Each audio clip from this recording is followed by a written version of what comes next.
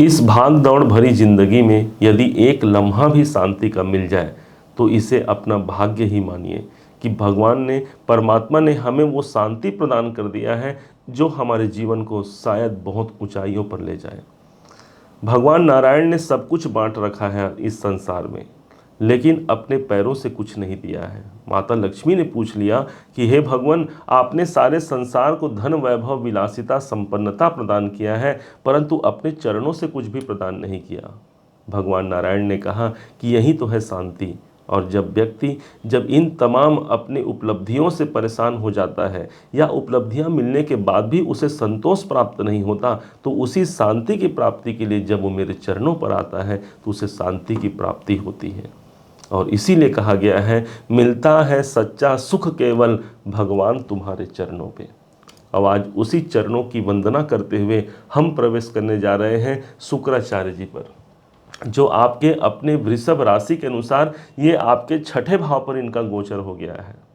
और यही विशेष बात तो ये हो गई कि ये अपने मूल त्रिकोण राशि पर, तुला राशि पर गोचर कर रहे हैं। ये जो राशि है ये बैलेंस बनाने वाली एक राशि है, एक समानता से परिपूर्ण राशि मानी गई है तुला राशि को, जो कि आपके ठीक छठे भाव को ये प्रदर्शित करता है। पता है आपको कि आपके अपने राशि के स्वामी कौन है? शुक्र देव।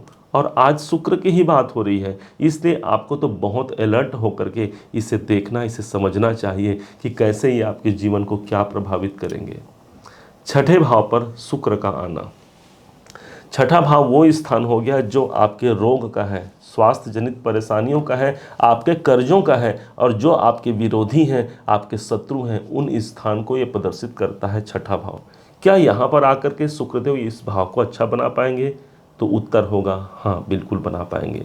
कारण इसका आप समझिए, शुक्र एक ऐसा ग्रह हो गया जो कि सौंदर्य से परिपूर्ण ग्रह माना गया है, जिसके पास सौंदर्य है। शुक्र जहाँ होता है वहाँ पर आनंद होता है। यदि मेरे पास रोगग्रस्त है मुझे, तो मुझे आनंद कहाँ से आएगा? इसी कारण से शुक्र यहाँ पर उपस्थित होकर के आपके रोग में भी आपको आनंद की अनुभूति कराएंगे।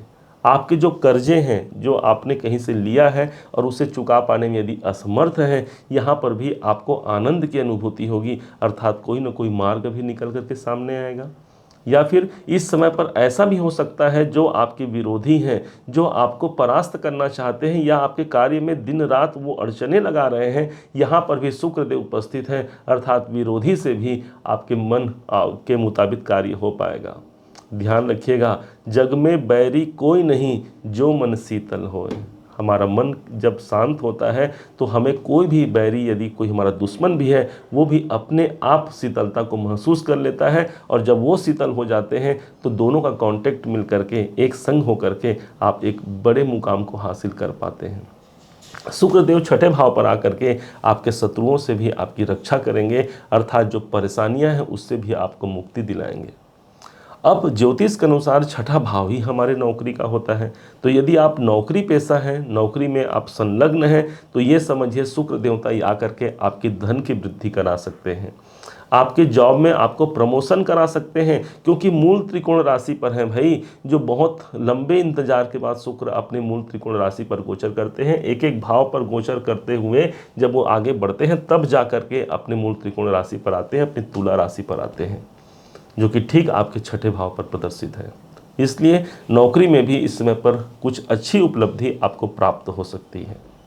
या फिर आप नौकरी नहीं करते, कोई बिजनेस करते हैं, कोई व्यापार भी करते हैं, तो ये समझिए कि छठा भाव हमारे मेहनत का है। मेहनत भाव पर भी सौंदर्य आ गया, मतलब आपके मेहनत का प्रतिफल इस समय मिलेगा, जरूर मिलेगा। शुक्रदेव यहाँ पर उपस्थित है।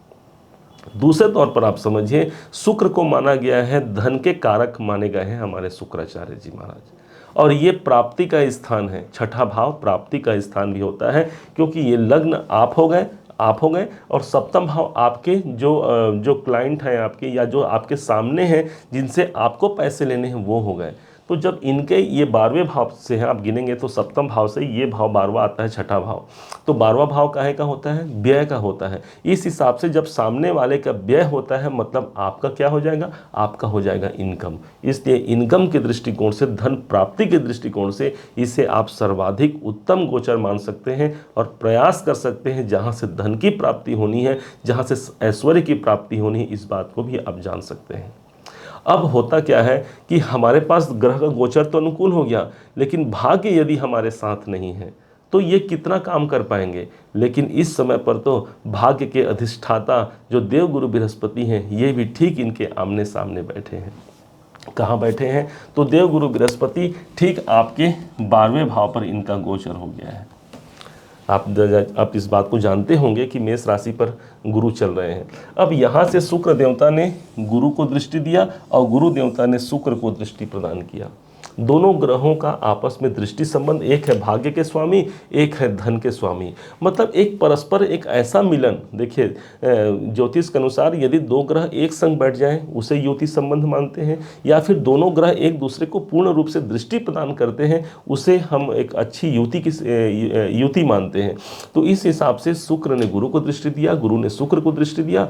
धन और भाग्य दोनों का समावेश इस समय पर मिलना सर्वाधिक है।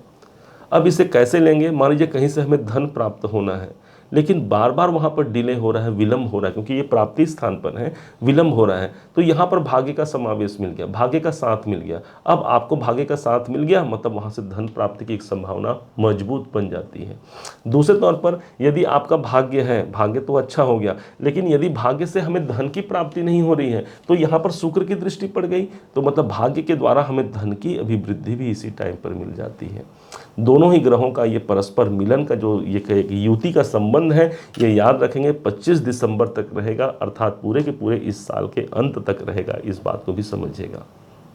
अब कैसे इस शुक्र को हम और अधिक मजबूत कर सकते हैं, इस शुक्र से हम कृपा प्राप्त कर सकते हैं, इसको बड़े ध्यान से समझिएगा। आपके लग्न के स्वामी हैं, आपके राशि के स्वामी हैं ये शुक्र।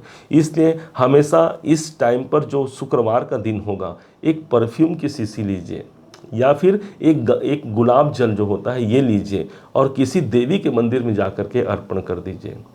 होगा क्या इससे? गुलाब जल या परफ्यूम जो सुगंधित जो द्रव्य होता है, ये सब के सब शुक्र को ही रिप्रेजेंट करते हैं।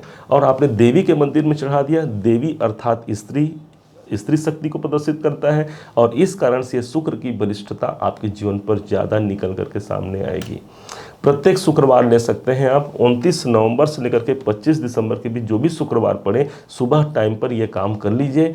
उम्मीद है कि इससे आपको काफ़ी लाभ होगा। धन के भी वृद्धि के साथ साथ आपको भाग्य का भी लाभ भी भरपूर मिल पाएगा। उम्मीद है आप सबने इसे समझा है, आप सबने इसे जाना है। यदि आपने इसे समझा है, जाना है, मेरे समझाने का प्रयास यदि आपको सार्थक लगा हो, मेरे समझाने का तरीका यदि आपको सार्थक लगा हो, तो हर बार की भांति इस बार भी अपना प्यार भरा लाइक और कमेंट करना कभी मत भूलिएगा। और हाँ, यदि अभी तक आपने चैनल को सब्सक्राइब नहीं किया है, सब्सक्राइब भी कीजिएगा। पुनः एक बार फिर आप सभी का दिवस बहुत मंगलमय हो, इन्हीं शुभकामनाओं के साथ। जय श्री राम।